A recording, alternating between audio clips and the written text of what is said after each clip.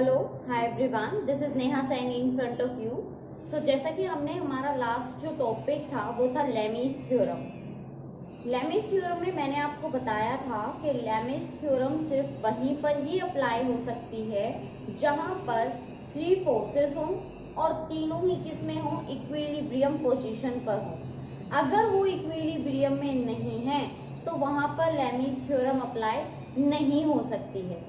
सो इन सभी चीज़ों का हमें खास ख्याल रखना था।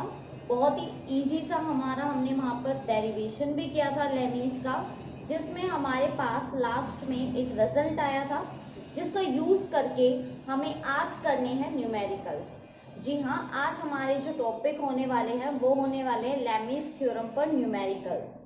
तो इन न्यूमेरिकल्स को करने से पहले तो सबसे पहले एक जो इंस्ट्रक्शंस आपको मैं दे रही हूँ उसका आप खास ख्याल रखें। फर्स्ट, आपने लेमीज थ्योरम पहले की हो। अगर आपने लेमीज थ्योरम वाला जो लेक्चर है वो अगर अटेंड नहीं किया है तो आज के न्यूमेरिकल्स आपको समझ में नहीं आएंगे।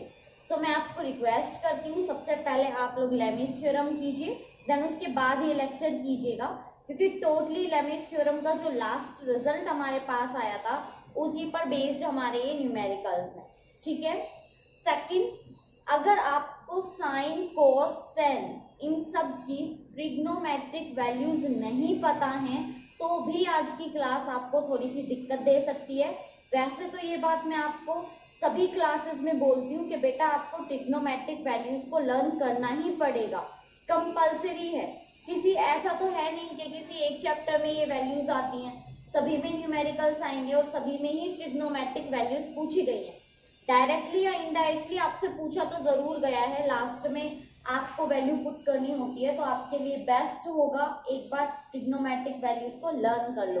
ज्यादा नहीं, एक दो वैल्यूज याद करनी होती है तो उनको अच्छे से आप लर्न कर लीजिए, उसके बाद आप इस क्लास को देखिएगा, क्योंकि आपको पता है लेमीज थ्योरम साइन कोस पर काम करती है ना, क्योंकि लेमीज थ्योरम का फॉर्मूला ही एक्चुअल में साइन का है। तो ये चीजें हमारे लिए थोड़ा सा ध्यान देने वाली हैं, तो प्लीज आप इन बातों पर थोड़ा सा ध्यान दें और कोशिश करें कि आप सबसे पहले ट्रिग्नोमेट्रिक फंक्शंस जो हैं हमारे साइन कोस टेन ये सब इनको अच्छे से लर्न कर लो। ठीक है। सो आज शुरू करने वाले हैं लेमीज थ्योरम, जो कि हमारा बहुत इंपॉर्टेंट टॉपिक था, जो मैंने आपको कहा था ये टॉपिक आपका डेफिनेटली श्योर एग्जाम में आएगा। सो ज्यादा लेंदी नहीं है, सिर्फ दो ही क्वेश्चन है लेमीज में। फर्स्ट ये क्वेश्चन है, सेकंड ये क्वेश्चन है। इजी से न्यूमेरिकल है, अगर आपने लेमीज थ्योरम को अच्छे से समझा है तो ये क्वेश्चन आप आराम से कर लोगे। ठीक है। और ऐसे मैं होप करती हूँ कि लेमीज थ्योरम की नोट्स भी आपने प्रिपेयर कर लिए होंगे। तो चलिए फिर शुरू करते हैं हमारे आज का क्वेश्चन से।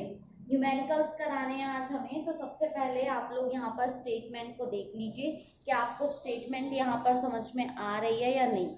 एक बहुत सुंदर सा डायग्राम मैंने बनाया है, सुंदर सा तो नहीं कह सकते हैं, लेकिन हाँ कोशिश की है मैंने बेटर डायग्राम बनाने की, क्योंकि यहाँ पर डायग्राम का मेन रोल है, तो डायग्राम को बनाना कंपल्सरी था। ठीक है बेटा। सो यहाँ पर बहुत ध्यान से हमें इस न्यूमेरिकल को करना है, क्योंकि यहाँ पर टोटल जो काम है हमारा वो किसका है, डायग्राम का ही है। सबसे पहले मैं आपको क्वेश्चन की स्टेटमेंट बता देती हूँ, देन उसके बाद हम लोग वन बाय वन इसको सॉल्व करेंगे, क्योंकि यहाँ पर एक डायग्राम से काम तो चलने वाला था नहीं, इसलिए मैंने यहाँ पर दो डायग्राम बनाए हैं। और जैसा कि आप सबको पता है लेमीज थ्योरम तीन पे काम करती है, याद है ना, इस तरह से काम करती है। जैसे हमने इसका नाम रखा था P, इसका नाम रखा था Q, है ना, और इसका लास्ट वाले का नाम रखा था R। फिर हमने कहा था कि हमारे यहाँ पर क्या होते हैं, एंगल्स होते हैं, याद है या भूल गए। यहाँ θ1 था, यहाँ θ2 था, यहाँ पे θ3 था। फिर मैंने कहा था अपोजिट वालों को डिवाइड करना है, तो P के नीचे क्या आ जाएगा, Q2, Q के नीचे क्या आ जाएगा, θ3, और R के नीचे क्या आ जाएगा, θ1। याद है या सारे बच्चे भूल गए, याद होगा, ये हमारे लेमीज थ्योरम में हमने किया था, तो कुछ नई चीज यहाँ पे है नहीं, सिंपल सा है। बस इसी फॉर्मूले को हमें क्या करना है, यूज करना है और हमारे क्वेश्चन को सॉल्व करना है। तो ध्यान से एक एक पॉइंट को समझने की कोशिश कीजिएगा, बहुत आसान है, मुश्किल बिल्कुल भी नहीं है। एक दो बार भी अगर इसको आप ध्यान से देख लोगे, समझ लोगे, तो भी ये क्वेश्चन आपको समझ में आ जाएगा। ठीक है। तो चलिए स्टार्ट करते हैं। सबसे पहले स्टेटमेंट देखते हैं। स्टेटमेंट है a girl of weight 100 newton. So भाई गर्ल मैंने बना दी है, अच्छी लग रही है ना, पिंक कलर से बनाई है क्योंकि गर्ल्स को, ऐसा मैंने सुना है गर्ल्स को पिंक कलर पसंद है, तो मैंने पिंक से बना दी। सो भाई ये गर्ल है और इसका जो वेट है वो कितना है 100 न्यूटन। ठीक है, आगे बोला गया है hangs from the rope, rope मतलब किसी रस्सी से वो लटकी हुई है, extending between two poles as shown, calculate the tension in two parts of the rope. मैं थोड़ी सी आपको सिचुएशन समझाने की कोशिश करती हूँ कि इस एग्जाम्पल में हमें समझाया क्या गया है। अगर आप इस स्टेटमेंट को समझ गए तो फिर आपके लिए बहुत ज़्यादा आसान होने वाला है। देखिए सिचुएशन ये है कि दो पोल है, मान लीजिए एक पोल यहाँ पे है और एक पोल हमारा यहाँ पे है। इन दोनों पोल्स के बीच में एक रोप बांधी हुई है, रस्सी बांधी हुई है। अब इतना तो आपको भी पता है कि अगर आप रस्सी पे कहीं पर भी कोई वेट को अगर लटकाओगे तो रस्सी बीच में से क्या हो जाती है, मुड़ जाती है। पहले रस्सी एकदम स्ट्रेट थी ऐसे, जब वो लड़की उस पे, वो गर्ल जो है उस पे जब वो लटकती है, हैंग होती है, तो रस्सी पहले स्ट्रेट थी, अब बीच में से क्या हो जाएगी, ऐसे हो जाएगी। और स्टे, जब भी हमारी किसी रोप पर या फिर स्ट्रिंग पर, हमारे धागे पर जब भी फोर्स लगता है तो वो टेंशन में चेंज हो जाता है, ऐसा कुछ काम होता है। तो जो हमारा मान लीजिए वो रोप थी उस पर लड़की क्या हुई, हैंग हो गई, तो दोनों पोल के जो भी रस्सी बंधी हुई थी, जो भी रोप बंधी हुई थी, वो क्या हो जाती है, एक्सटेंड हो जाती है और उसके ऊपर क्या लगती है, टेंशन। क्या लगेगी बेटा, टेंशन। अब इस चीज को जरा यहाँ पर ध्यान दीजिए, डायग्राम आपको ऑलरेडी गिवन है, डायग्राम आपको बुक में ऑलरेडी गिवन है, दैट्स मीन ये आपको एग्जाम में भी गिवन होगा। देखिए ये जो रस्सी थी ये पहले कुछ इस तरह से थी, ठीक है, लड़की क्या हो गई, इसके हैंग हो गई, लटक गई और नीचे आ गई। अब सीधी सी बात है, 100 न्यूटन का फोर्स अगर आप किसी भी चीज पे लटकाओगे तो बैंड तो होगी ही, तो ये जो रस्सी है वो बैंड हो जाती है और वो अपनी ओरिजिनल पोजीशन से, जो ओरिजिनल थी जहां वो लटकी हुई थी, वहां से एंगल बना लेती है, इधर के साइड 20 का और इधर के साइड 10 का। अब जब लड़की लटकी हुई है तो दोनों ही साइड क्या लग रहा है, फोर्स लग रहा है, और लटकने वाला फोर्स, रस्सी वाला फोर्स क्या होता है, टेंशन होता है। इसलिए यहाँ पे टेंशन क्या है, T1 और T2। T1 T2 कुछ नहीं है, ये एक तरह के फोर्स हैं, एक ऐसे फोर्स जो किस पे लगता है, किसी भी रस्सी पर या फिर किसी भी धागे पर, ठीक है। तो यहाँ पर हमारे पास दो क्या लग रहे हैं, टेंशन लग रहे हैं, फोर्स लग रहे हैं। और थर्ड फोर्स है आपके पास न्यूटन यानी कि वेट का। तो यहाँ पर हमारे पास सबसे पहले हम सॉल्यूशन में गिवन क्या लिखेंगे, यहाँ पर तीन तरह के फोर्स हैं, T1 and T2 with the tension on the rope, इस रोप पे लगने वाला टेंशन है, एंड mg be the, या फिर आप कह सकते हो w be the weight of girl. Weight का क्या है, सॉरी गर्ल का क्या है, वेट है, कितने का, 100 न्यूटन का, ठीक है। तो इतना समझ में आया कि ऊपर वाला डायग्राम क्या समझाने की कोशिश कर रहा है। ये ऊपर वाला डायग्राम आपको ऑलरेडी मिलेगा एग्जाम में भी, और जो आपके मतलब मिलेगा आपको बुक में, ठीक है। सो ये आपको मिलेगा, इससे आपको ये बनाना है, कैसे बनाना है वो समझते हैं, चलिए समझते हैं। सो बेटा इस डायग्राम से आपको क्या समझना है कि जब वो लड़की लटक रही थी उसका वेट कितना था, 100, लेकिन कुछ ना कुछ वेट तो रस्सी का भी रहा होगा। तो हम जब उसको टोटल करते हैं तो हमारे पास जो एंगल निकल के आता है वो आता है 180, क्योंकि यहाँ पर ऑलरेडी 20 हमें गिवन था, 20 और 10 हमें क्या था, गिवन था। और आप जानते हैं कि जब हमारे पास एक जब हमारे पास एक स्ट्रेट लाइन होती है तो टोटल जो हमारे पास एंगल होता है वो होता है 180 का।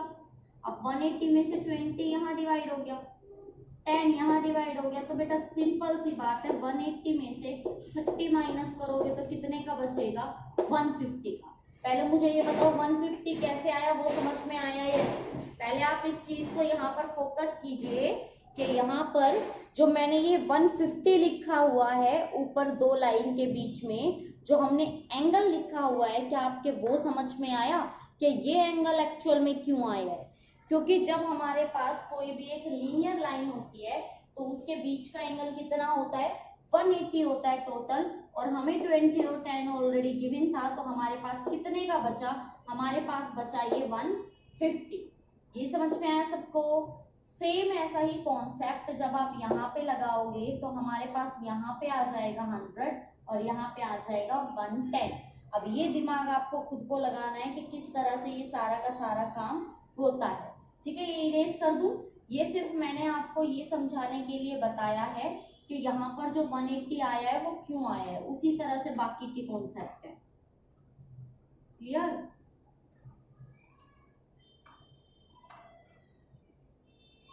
ठीक है बेटा, इतना क्लियर हुआ सबको?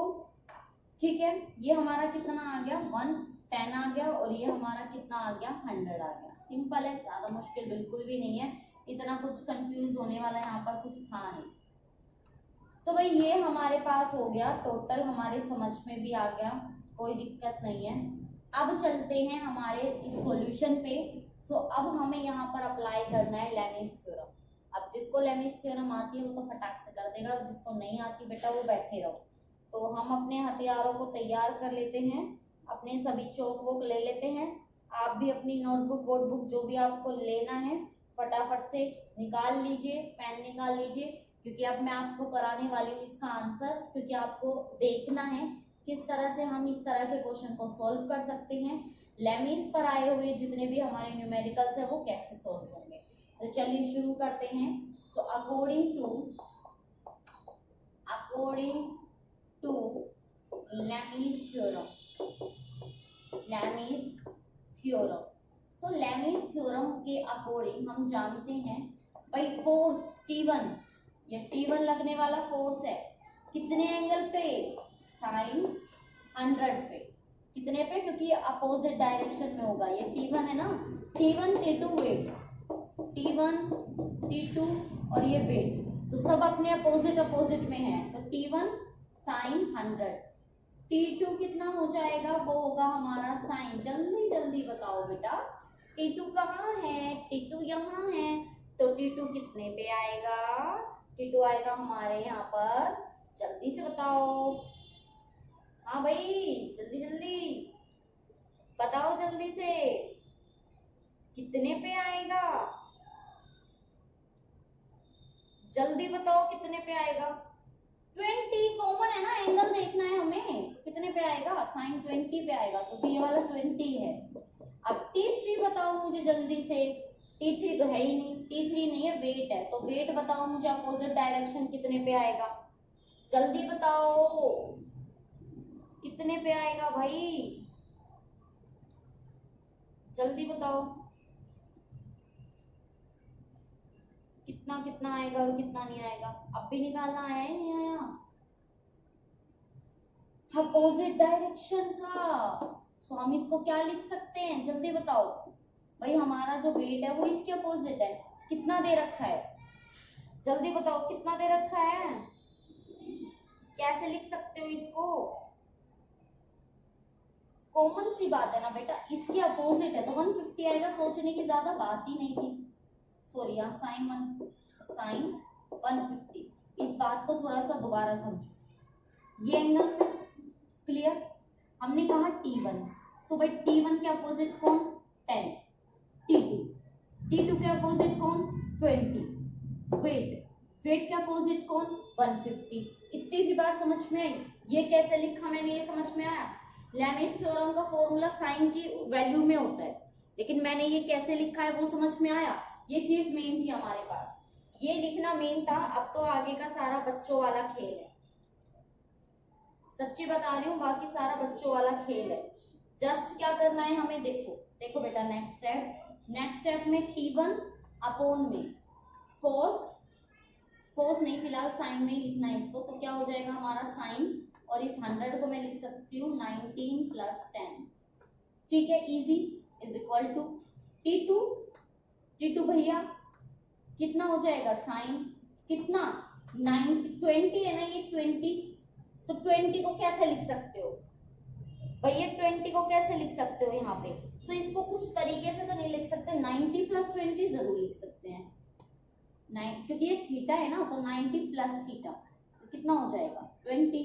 W को रखो, इसको मैं क्या लिख सकती हूँ, साइन 90 + 60, बिल्कुल कर सकती हूँ, ठीक है, इतनी वैल्यू आ गई। साइन 90 + थीटा क्या होता है, सारे बच्चे बताओ मुझे, साइन 90 + थीटा क्या होता है? साइन 90 + थीटा होता है cos थीटा। तो T1 cos 10, T2 cos 20, सिर्फ ये एंगल लिख रही हूं मैं, is equal to W by cos 60। ये आ गया हमारे पास मेन वैल्यू। अब हमसे क्या पूछा गया था कि मेन वैल्यू बताइए क्या है। तो बेटा ये जितनी भी वैल्यू है, वेट कितना है, वेट हम वेट निकाल सकते हैं, वेट कितना है 100, और cos 60 कितना होता है 1/2। तो देखो इसको W बाय cos 60 कैसे निकाल सकती हूँ, 100 बाय 1/2 निकाल सकती हूँ या नहीं? ये चीज समझ में आई सबको, ये मैंने कैसे किया है। अब ये 2 कहाँ चला जाएगा ऊपर, सो 100 × 2 कितना आ गया 200। अब देखो ये तीनों एक दूसरे के इक्वल है, तो T1 की वैल्यू क्या आ जाएगी, T1 by cos 10 is equal to 200। तो भैया यहाँ से T1 कितना आ जाएगा, T1 आ जाएगा हमारा 200 × cos 10। ऐसे ही T2 निकाल लो, T2 बाय cos 20, तो कितना आ जाएगा 200। तो T2 कितना आ जाएगा हमारे पास 200 × cos 20। ये आ गया हमारे पास T1 T2 की वैल्यू। वैसे तो हमें यहाँ cos 10 और cos 20 भी रखना था, लेकिन भाई क्या करे, फिजिक्स स्टूडेंट हैं, इतनी डीप मैथ्स तो मुझे भी नहीं आती कि cos 10 की वैल्यू कितनी होगी। सो अगर आपको नहीं पता है तो इतना टेंशन लेने की जरूरत नहीं है, हाइपर होने की जरूरत नहीं है।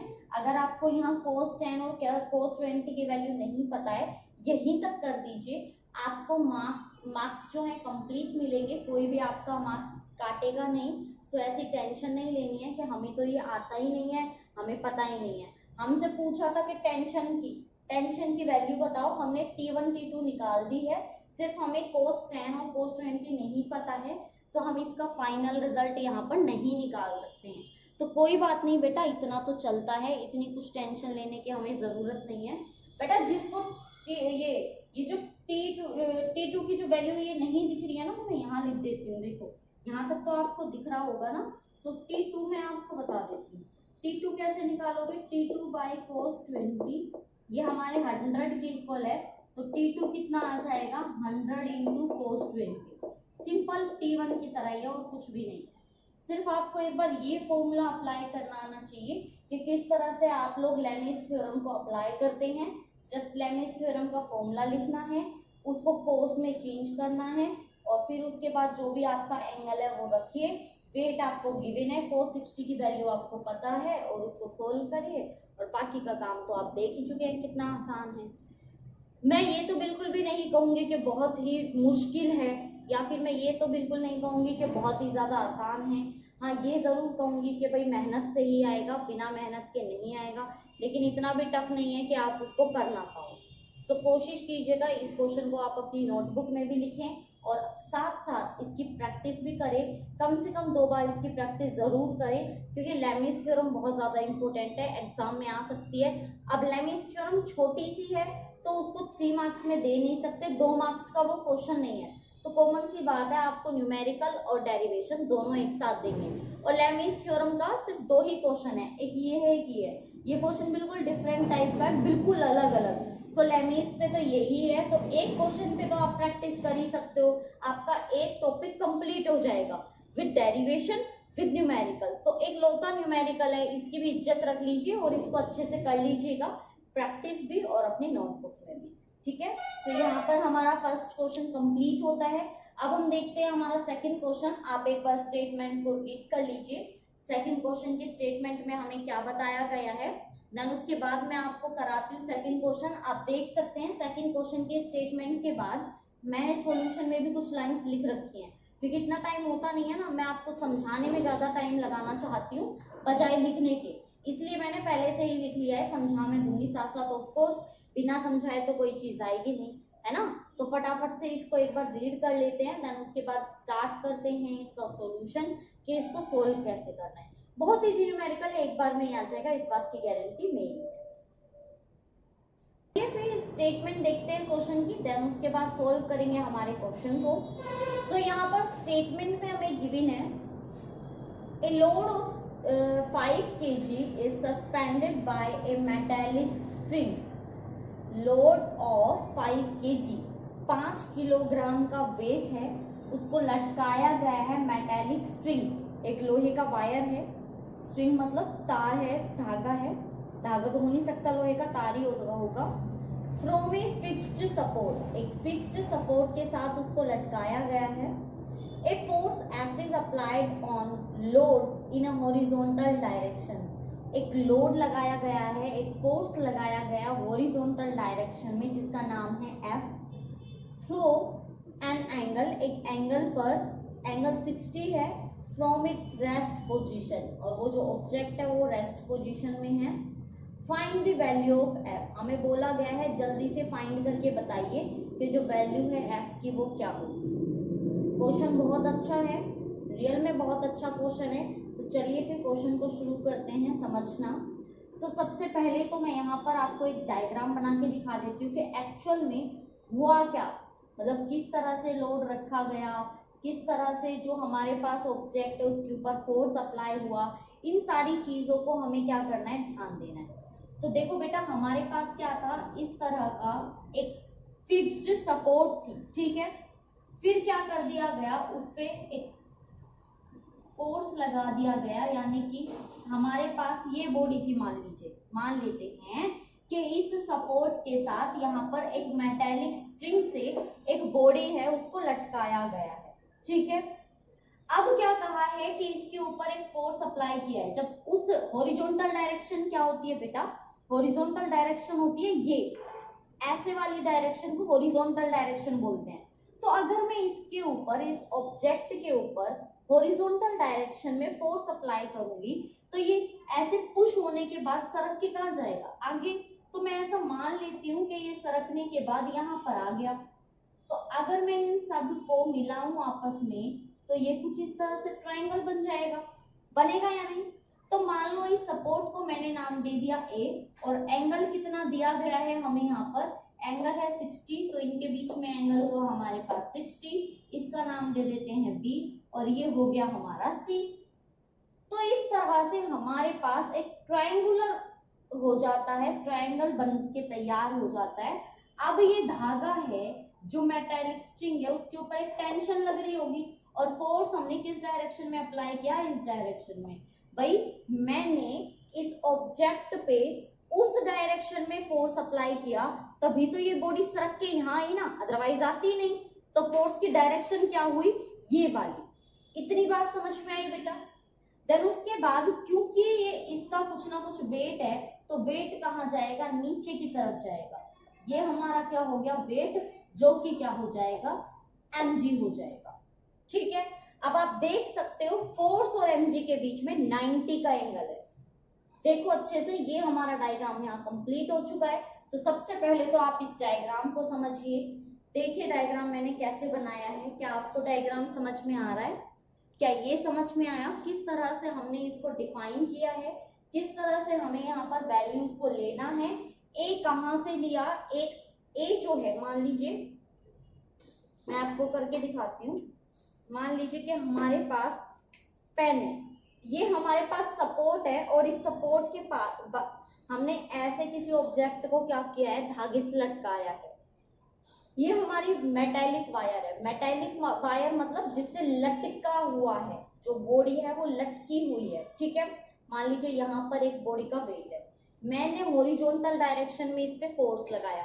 जरूरी नहीं है उधर, ऐसा कुछ बताया नहीं है, ईस्ट वेस्ट नॉर्थ साउथ ऐसा कुछ बताया नहीं है। हॉरिजॉन्टल तो ये वाला भी होता है, तो मैं इस ट्रायंगल को यहाँ की जगह यहाँ भी बना सकती थी। वो आपकी मर्जी है, ऐसा कुछ नहीं है कि इधर नहीं हो सकता उधर नहीं हो सकता। सो हमारे पास ये बॉडी है, तो मैंने इस पे हॉरिजॉन्टल फोर्स लगाया। तो पहले तो बॉडी ऐसे थी, यहाँ पर वैल्यू ए और यहाँ पर वैल्यू सी, मैंने हॉरिजॉन्टल डायरेक्शन में इसके ऊपर फोर्स लगाया, तो ये बॉडी कुछ इस तरह से क्या हो जाएगी, मूव हो जाएगी इस तरह से। तो आप देखते हैं पहले यहाँ थी और अब यहाँ आ गई, और इनके बीच में क्या बन गया है, ट्रायंगल बन गया है। ठीक है, ये बात समझ में आई, इजी है ये बात समझना। सो हमारे पास ये एक डायग्राम बन जाता है कंप्लीट। अब इसको सोल्व कैसे करना है वो देखिए। तो सबसे पहले तो आपको यहाँ पर जो समझना है उसको समझो। सबसे पहले थ्योरी पार्ट समझना है। डायग्राम हमारे समझ में आ गया है, अब मैं आपको थ्योरी समझाती हूँ डायग्राम के हिसाब से कि कैसे हमें उसको डिफाइन करना है। सो देखिए, When a force F applied on load to displace it, जब मैंने इस बॉडी पर फोर्स लगाया F फोर्स, और ये क्या हो गई, डिस्प्लेस हो गई। डिस्प्लेस का मतलब होता है अपनी जगह से हट जाना। तो बॉडी अपनी जगह से क्या हो गई, डिस्प्लेस हो गई। फिर हमने कहा थ्रू एन एंगल 60, x60 हमारा क्या हो गया, एंगल हो गया, from its position. Then in the displaced position there force act on load. तो हमारे जो मेन बॉडी है उस पर एक फोर्स क्या कर रहा है, लोड कर रहा है। Act to the load, let three forces represented by side AC, तीन फोर्स हैं AC, BC और हमारे पास क्या है BA। तो तीन हमारे पास यहाँ क्या है, फोर्स है। तो हम लोग यहाँ पर एक ट्रायंगल ले लेंगे। ट्रायंगल हमने लिया है ABC, ABC। अब एक बार आप लोग प्लीज यहाँ से लेके यहाँ तक एक बार रीड करिए, डायग्राम को देखिए और समझिए क्या आपके पूरा कॉन्सेप्ट ये समझ में आया थ्योरी का कि हमने क्या लिया है और क्यों लिया है। आप एक बार पूरे कॉन्सेप्ट को यहाँ पर समझने की कोशिश कीजिए और देखिए क्या आपके ये पूरा कॉन्सेप्ट समझ में आया कि किस तरह से हम इसको यहाँ पर डिफाइन कर सकते हैं।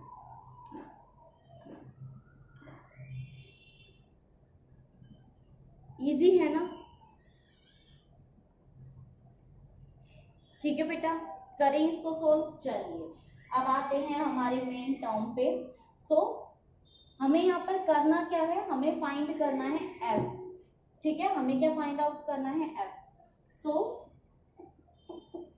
टू फाइंड the value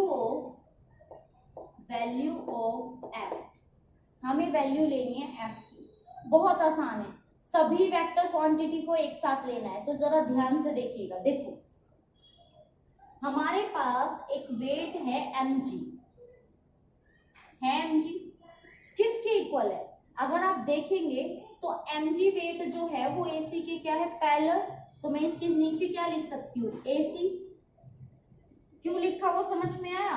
क्योंकि mg वेट किसके इक्वल था, AC के इक्वल था। क्लियर? अब आप फोर्स को देखिए, फोर्स किस डायरेक्शन में, इसमें। तो फोर्स किसके पैरेलल है, फोर्स CB के पैरेलल। इतनी बात समझ में आई?